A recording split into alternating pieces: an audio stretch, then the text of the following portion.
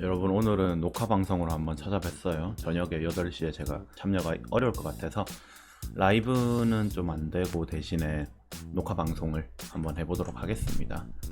오늘 소개해드릴 내용은 예전에 기억나실지 모르겠는데 제가 로스 스페이스, 로스 랜드스케이프를 시각화하는 그런 페이퍼를 한번 소개해드린 적이 있어요.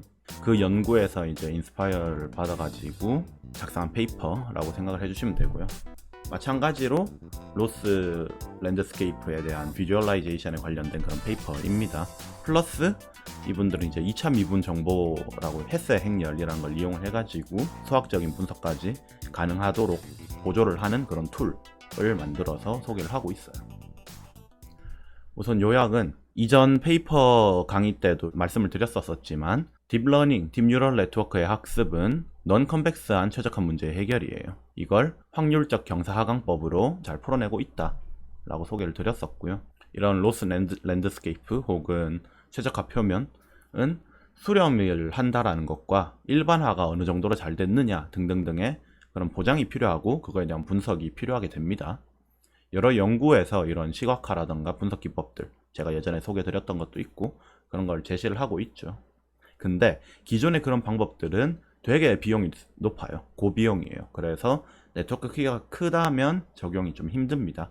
연산을 하는데 되게 많은 시간이, 고해상도의 이미지를 만들어내는데 되게 많은 시간이 걸리게 되는 거죠. 그래서 이 저자들이 제안하는 그래드비즈라고 하는 이 툴박스는 효율적이고 스케일러블한 시각화 및 분석 라이브러리, 시각화 자료도 만들어주고 공유를 분석할 수 있는 그런 자료도 제공해주고 하는 라이브러리입니다. 파이토치랑 텐서플로우 둘 다 지원한다고 해요. 효율적인 수학적 기법에 기반을 해가지고 노블한 병렬화 스킴을 이용해서 고해상도의 시각화 이미지를 만들어내는 데 있어서도 되게 빠르게 진행을 할 수 있다고 합니다. 최적화 표면, 그 다음에 궤적의 2D랑 3D 사용이 가능하고 네트워크 크기가 크더라도 병렬화가 되게 잘 돼 있기 때문에 고해상도의 2차 경사를 얻을 수가 있습니다.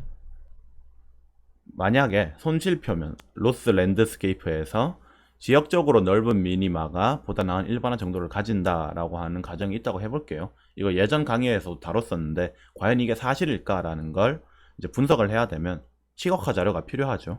손실 표면에서 지역적으로 넓으면 보다 나은 일반화다. 그러면 그 넓다는 걸 확인을 해야 되는데 어떤 논문에선 그렇다, 어떤 논문에선 그렇지 않다라고 얘기를 하고 있어요. 그 논문들이 잘못됐다, 물론 잘못됐지만, 분석이 잘못됐지만 무작정 잘못됐다라고 할 수 없는 이유는 관점에 따라서 다르기 때문이에요. 이게 넓다, 좁다가 내가 시각화를 어떤 걸 기준으로 시각화를 했느냐에 따라서 달라집니다. 왜냐하면 로스 랜드스케이프는 되게 넓은, 그 다음 되게 많은, 되게 하이한 그런 고차원의 존재를 하게 되는데 그런 고차원 정보를 우리가 직접적으로 분석을 할 수 없고 직접적으로 바라볼 수 없기 때문에 사형을 해가지고 시각화를 해요. 근데 이렇게 2D 혹은 3D로 사용을 할 때 이게 어떤 방식으로 사용을 하면 좁아 보이고 어떤 방식으로 사용을 하면 넓어 보인다는 거죠. 그러니 그 방법의 차이지, 그렇게 해서 얻어낸 정보를 가지고 넓으니까 보다 나은 일반화네, 맞네, 그 다음에 좁았는데 일반화 잘 됐네, 이거 틀렸네, 이렇게 서로 다른 결과를 얘기를 하게 되는 겁니다. 엄밀하게 방법에 따라 이렇게 시각화 방법이 달라지는 거고, 그 한 예시가 스케일 불변성이죠. 이전 강의에서도 소개를 드렸지만 손실함수의 값의 변화 없이 신경망의 값을 마음대로 스케일을 조정할 수가 있다라는 겁니다. 반대로 말하자면 스케일이 서로 다른 이런 여러 신경망들이 사실은 똑같은 녀석이었다, 이런 말도 되고요. 렐루가 예시인데, 렐루 같은 경우에 0보다 작으면 그냥 다 0이고 0보다 크면 리니어해요. 그렇기 때문에 만약 여기 아래층 가중치에 10을 곱해주고 위층 가중치에 10을 나눠준다 할지라도 네트워크는 사실상 똑같다는 겁니다. 0보다 작으면 어차피 비활성하고 0보다 크면은 리니어하니까 여기서 곱하기 10하고 여기서 나누기 10하면 똑같다는 거죠. 이런 스케일 불변성 문제로 인해 가지고 플롯 간의 유의미한 비교가 힘들어집니다. 만약에 가중치가 큰 신경망은 부드럽고 천천히 변화하는 손실함수를 가지고, 반대로 가중치가 작으면은 되게 작은 변화에도 혼란이 엄청나게 가중이 됩니다. 그래서 유의미한 비교가 분석이 힘든 거죠. 이런 문제를 어떻게 다룰 수 있느냐, 베이스가 되는 수학적인 기법들은 원 페이퍼와 그 페이퍼가 레퍼런스하고 있는 자료들을 참조하시면 좋을 것 같습니다. 페이퍼에서 이제 related work을 소개를 하고 있는데 그 중 하나가 제가 예전에 소개드렸던 요 Visualizing the Loss Landscape of Neural-Nets라고 하는 페이퍼예요. 여기서는 가중치의 불변성을 잘 취급했다. 아까 말씀드렸던 필터와이스 노멀라이제이션을 써가지고 스케일 불변성을 해결을 했다로 이제 언급을 하고 있고요. 또 하나의 컨트리뷰션이 PCA였죠. 그래서 그 차원을 이 데이터를 제일 잘 표현할 수 있는 즉 두 개를 뽑아가지고 사용할 수 있었다. 근데 문제가 있다고 합니다.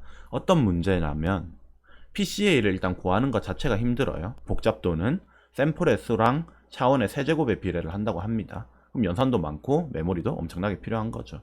네트워크가 크기가 커지면은 활용이 어렵습니다. 또 하나의 문제가 있어요. 되게 하이 레벨을 이제 로우 레벨로 사용을 하기 위해서 PCA를 썼는데 이 하이 디멘션 세계에서 랜덤 워크를 하잖아요. 로스 랜드스케이프에서 궤적을 구할 때 이 랜덤 워크를 PCA를 통해 가지고 사용을 내리면 항상 리사주라고 하는 그런 궤적을 그린다고 합니다. 물리학에서 나오는 개념인데 저도 자세하게는 모르지만 간단하게만 설명을 드리면 궤도가 항상 나선형으로 나온다는 거예요. 그래서 뭐 어떤 랜덤 워크, 어떤 워크를 이렇게 보이고 있었던 간에 PCA를 내리면은 나선형이 된다. 그래서 무의미하다라는 비판이 있었습니다. 또 하나의 related work은 second order properties of the loss surface 혹은 loss landscape인데 헬스 행렬이란 쉽게 말하면 2차 미분들을 모아놓은 거예요. 2차 편미분들을 모아놓은 행렬이고 우리 2차 미분이라고 하면 second order라고 하면은 이제 공률 정보를 포함을 할 수가 있죠. 이런 헬스 행렬에서 아이겐 밸류를 구하면 고요값을 구하면 만약에 임계점에서의 그런 고요값들을 본다면 그 임계점에서 대응되는 고유 벡터에 대해 아이겐 벡터에 대해서 헬스 행렬의 고요값들이 모두 양수면 공률 정보가 다 양수면 그 임계점은 극소점이 되고요. 만약에 다 음수면 극대점이 됩니다. 또한 이게 이제 편미분, 2차 편미분들을 다 모아놓은 거기 때문에 어떤 값은 양수고 어떤 값은 음수더라라고 하면 어떤 값은 이제 어떤 관점에서 보면은 극소점이고 어떤 관점에서 보면 극대점이다가 되니까 안장점, 새들 포인트가 됩니다. 또한 이 고요값의 크기는 경사의 정도가 되는 거죠. 이 헬스 행렬을 보면은 공률 정보를 알 수 있으니까 우리가 로스 랜드스케이프의 모양을 어느 정도 유출을 하는데 되게 큰 도움이 됩니다. 근데 이 고요값 계산이 비고 N3의 복잡도를 가져요. 보통 이제 신경망이 물론 종류에 따라 다르겠지만 10의 6승에서 10의 8승계의 파라미터를 가지므로 실질적으로 저 비고 N3에 대해서 계산하기는 불가능합니다. 또한 각 최적화 단계마다 궤적을 찍으려면 트레이닝 스텝마다 이걸 다 찍어줘야 되니까 실질적으로 되게 어렵죠. 그래서 저 고요값을 전부 다 계산하는 건 어렵다, 불가능하다. 다른 트릭을 사용을 해야 됩니다. 그래서 본 페이퍼에서는 R 오퍼레이터랑 란초스 알고리즘이란 걸 이용을 해요. R 오퍼레이터를 먼저 살펴보자면 얘는 어떻게 보면은 신경망이랑 좀 비슷한 그런 방법이에요. 헬스 행렬과 벡터 곱슬 효율적으로 계산하는 방법입니다. 근데 헬스 행렬을 메모리에 저장할 필요도 없는 그런 방법이고 복잡도 역시 비고 n제곱이 아니라 행렬과 벡터의 곱이 n제곱이 아니라 비고 n만으로 계산을 할 수가 있는 방법이에요. 이게 어떻게 가능하냐면 저 곱슬 직접 계산하는 게 아니라 백프로파게이션을 이용해 가지고 계산을 하기 때문입니다. 그래서 신경망이랑 비슷하다고 말씀을 드린 거고요. 또 하나는 란초스 알고리즘인데 란초스 알고리즘의 경우에는 고요값을 계산하는데 헬스 행렬과 벡터의 곱만을 필요로 합니다. 그럼 아까 R 오퍼레이터에서 구한 거를 받아서 란초스 알고리즘을 쓰면 고요값이 나오는 그런 알고리즘인 거죠. 모든 고요값에 대한 스펙트럼은 n회의 란초스 반복만으로 근사를 할 수가 있습니다. 결과는 m 곱하기 n의 트라이다이고널 행렬로 대각화가 되고요. 트라이다이고널은 대각선 3개, 이렇게 3개가 이 성분들의 의미의 숫자를 가지고 나머지는 다 0인 그런 행렬이 결과로 나옵니다. 이 란초스 알고리즘을 구하면은 헬스 행렬과 벡터 곱슬 인풋으로 해서 고요값이 나오고 m회 반복하면은 스펙트럼이 나오니까 서로 다른 시작 벡터를 이용해서 헬스의 벡터 곱슬을 구하고 란초스 알고리즘을 이용해서 아이겐 밸류를 얻어내는 과정을 반복을 할 수가 있습니다. 이들 결과를 가지고 가우시안을 통해 가지고 좀 이따 살펴볼 건데 가우시안을 통해 가지고 전체 고요값 스펙트럼을 높은 확률로 근사를 할 수가 있습니다. K회 반복을 M회 할 수가 있고 헬스 행렬 벡터 곱은 비고 N으로 구할 수 있으니까 이렇게 상수들 살려가지고 비고를 표현을 하자면 비고 n 곱하기 m 곱하기 k가 되는 거죠. 비고 n3에 비하면 훨씬 낮은 겁니다. 이 저자들의 컨트리뷰션은 툴박스예요. 신경망 모델의 궤적 시각화 및 햇세 행렬의 고요값을 구할 수 있는 그런 툴, 노블한 병렬화를 통해서 그걸 실질적으로 고해상도를 얻을 수 있게 해줬다 라는 거고요. 또한 PCA 기반 시각화의 한계를 극복하고 고요값 밀도 스펙트럼을 신경망 학습에 매 스텝마다, 매 반복마다 계산을 해가지고 고해상도의 궤적 비디오, 그 다음에 2차 미분 정보를 다 얻을 수 있어서 유의미한 분석이 가능하다 라는 게 컨트리뷰션입니다.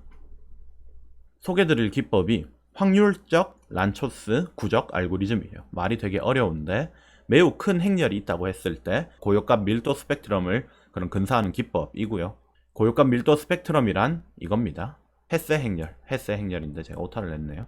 햇세 행렬의 i번째 고요값을 가지고 구할 수 있는 그런 밀도 정보입니다. 그런데 이런 고요값 밀도 스펙트럼을 가우시안 함수의 합으로 근사가 가능해요. 가우시안 함수란 우리 정규 분포 같은 거 했을 때 많이들 보셨을 텐데 이런 함수로 구할 수 있는 값을 가지고 근사를 할 수가 있기 때문에 앞으로는 요 식을 다루게 될 거고요. 아까 소개드렸던 란초스 알고리즘과 풀 대각화를 다시 하는 과정을 통해 가지고 햇세 행렬의 고요값과 고요 벡터를 계산하기 위하여, 그 다음에 고요 벡터 간 직교성을 보장하기 위하여 저런 전 재대각화를 사용을 하게 됩니다. 란초스 알고리즘이 아까 트라이 다이고널 행렬을 반환한다고 했어요. 걔를 다시 대각화를 하는 겁니다. 대각화하게 되면 우리 U, L, U의 전체 행렬 요런 꼴로 대각화를 이제 하죠. U의 이 열들은 고유 벡터가 되고요. L의 이 대각, L이 이제 대각 행렬이 되는데 대각 행렬의 이 대각 성분들이 고요값이 됩니다. 특히 첫 번째 열에 해당되는 첫 번째 고요 벡터에 해당되는 고요값이 첫 번째 성분으로 나타나고요. 두 번째는 두 번째 성분, 쭉쭉쭉쭉 이렇게 대각화를 해서 저는 정보를 얻을 수가 있습니다. 그럼 이 결과로 나온 고요값과 고요 벡터를 쉽게 구할 수가 있으니까 이 고요값과 고요 벡터를 가지고 진짜 고요값 밀도 스펙트럼을 한번 근사를 하는 거죠. 아까 식이 이제 요렇게 바꿨었죠. 요거를 다시 근사를 또 하는 겁니다. K개의 가우시안 벡터를 이용해 가지고 근사하게 되고요. 요게 이제 확률적 란초스 구적 알고리즘입니다. 저자들은 요걸 이용해 가지고 노블한 수준의 병렬화를 진행을 했습니다. 여러가지 병렬화 기법들이 있을 수 있어요. 제일 쉬운 거는 로스 랜드스케이프를 만드는데 구역을 이렇게 나눠 가지고 얘는 GPU 1번, 얘는 GPU 2번, 얘는 GPU 3번, 얘는 GPU 4번 해가지고 진짜 지역적으로 나눠서 맡기는 거예요. 그러면 뭐 자명하게 이건 병렬화가 되는 거죠. 또 하나의 방법은 란초스를 병렬화하는 건데, 란초스 알고리즘은 고요값 계산을 위해서 아까 햇세 행렬과 벡터 곱만을 인풋으로 한다고 했습니다. 그러면 햇세 행렬과 벡터 곱을 서로 다른 벡터에 대해 가지고 구한 다음에 병렬화를 시도를 할 수가 있겠죠. 그런 벡터 같은 경우에는 이제 R 오퍼레이터로 다 계산을 할 수가 있는 거고. 근데 이제 이 저자들이 노블하다라고 표현을 하고 있는 거는 아까 봤던 확률적 란초스 구적 알고리즘을 응용을 해가지고 병렬화하는 겁니다. 확률적 란초스 구적 알고리즘은 아까 서로 다른 초기값, 가우시안 벡터라고 불러요. 그 벡터를 K개 소행해가지고 병합하는 거죠. 그럼 그 K개 소행을 병렬화 할 수 있다라는 겁니다. 서로 다른 뭐 장비들, GPU라든가 이런 걸 이용해서 서로 다른 가우시안 벡터로 시작한 이 확률적 란초스 구적 알고리즘을 통한 값을 쫙 구한 다음에 모아서 병합하면 걔가 나온다 라는 거죠. 이런 것들을 이용해서 뭘 할 수 있느냐? 결국엔 시각화를 잘 할 수 있고, 또한 각 이런 트레이닝 스텝마다 있는 2차 미분 정보를 얻을 수가 있습니다. 첫 번째로 소개해드리는 건 PCA 방법에 문제가 있으니까 다른 벡터를 제시를 해줘야 되겠죠. 그래서 고유 벡터를 2개 잡아가지고 시각화를 하게 됩니다. 그럼 이렇게 돼요.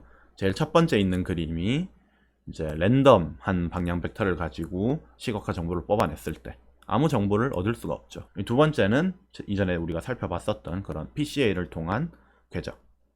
어떤 양상은 잘 보입니다. 잘 보이지만 이런 나선형 구조를 띠게 된다. 유인면 분석을 힘들게 하는 그런 가짜 정보가 되는 거죠. 그래서 이 저자들이 제안한 고유 벡터를 써가지고 시각화를 하면 유의미한 우리가 분석할 수 있는 그런 시각화 자료가 나온다가 컨트리뷰션이 되는 거죠. 고유 벡터에 따른 방향 벡터를 이제 뽑았으니까 이걸로부터 얻을 수 있는 정보는 궤적이 경사에 따라서 어떻게 움직이는지 자명하게 보이고요. 저점으로 어떤 속도로 이동하는지까지 확인이 이제 가능한 거죠. 고유값 정보를 보면 기울기를 알 수가 있으니까. 결국에는 저자들은 이런 그래드비즈라고 하는 오픈소스 툴박스를 제시를 했는데, 얘는 신경망 학습 전반에 걸쳐 가지고 고해상도의 시각화가 가능해요. 왜냐? 노블한 병렬화를 했거든요. 그러니까 영상 속도가 되게 빠르기 때문에 심지어 이제 모든 학습 스텝에 걸쳐 가지고 시각화를 할 수도 있고, 그 각각에 대해서도 고해상도 이미지를 뽑아낼 수 있었다라는 그런 컨트리뷰션이 있고, 경사 궤적은 물론이고 각각의 라운드마다 햇세 함수의 고유값의 밀도의 스펙트럼이 어떻게 되느냐 정보까지 뽑아낼 수가 있었어요. 유의미한 분석과 추적이 가능하다는 거죠. 확률적 란처스 구적 알고리즘을 이용해가지고 병렬화를 되게 노블하게 수행을 했고, 본 논문에서는 레넷을 이용했지만 레스넷이라던가 이미지넷 등 더 다양하고 더 큰 네트워크를 한번 평가해봄이 다음 목표, 이 저자들의 다음 목표라고 합니다. 까지 한번 소개를 드려봤고요. 이전에 로스 랜드스케이프에 대해서 소개를 드린 다음에 관심이 있어서 좀 더 찾아보면서 찾아낸 그런 페이퍼고요. 앞으로도 만약에 이런 쪽으로 재밌는 페이퍼가 있으면 가끔 소개를 드리려고 합니다. 혹시 질문이라던가 궁금하신 점 있으시면, 오늘은 라이브가 아니니까 제가 녹화한 거 이거 트는 거니까 유튜브 댓글이나 GitHub 이슈로 남겨주시면 확인을 해서 답변을 드리도록 할게요. 그럼 여러분 오늘도 수고하셨고 유바.